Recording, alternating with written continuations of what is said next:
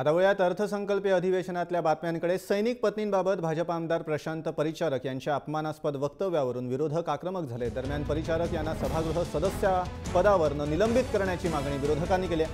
सदनामध्ये अशा सदस्याला बसू देणार नसल्याचं म्हणत मुख्यमंत्र्यांनी तसा प्रस्ताव आणण्याची मागणी विरोधकांनी केली।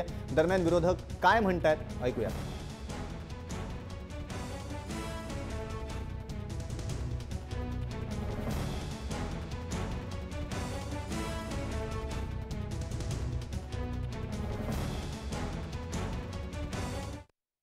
विधान परिषदेचे भारतीय जनता पार्टीचे आमदार प्रशांत परिचारक यांनी निवडणुकीच्या दरम्यान सैनिकांवर आणि सैनिकाच्या कुटुंबाबाबतीत जे घृणास्पद वक्तव्य केलं त्याचा समाचार घेत विधिमंडळातील सर्वच जवळजवळ सदस्यांनी ही मागणी केली की या सदनामध्ये राज्याच्या सन्माननीय मुख्यमंत्र्यांनी या प्रशांत परिचारक यांचा निलंबन त्यांचा पूर्ण कार्यकाळ होईपर्यंत त्यांना बडतर्फ करण्याच्या बाबतीमध्ये ठराव राज्याच्या मुख्यमंत्र्यांनी आणावा।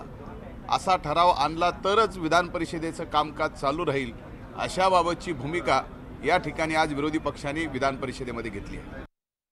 आम्ही मागणी केलेली आहे, मी मागणी केली, सभागृहाने मागणी केली आहे की परिचारकांचं सदस्यत्व कायमस्वरूपी रद्द करण्याचा ठराव राज्याच्या प्रमुखांनी मुख्यमंत्र्यांनी तो मांडावा सभागृहामध्ये आणि तो एकमताने पारित व्हावा।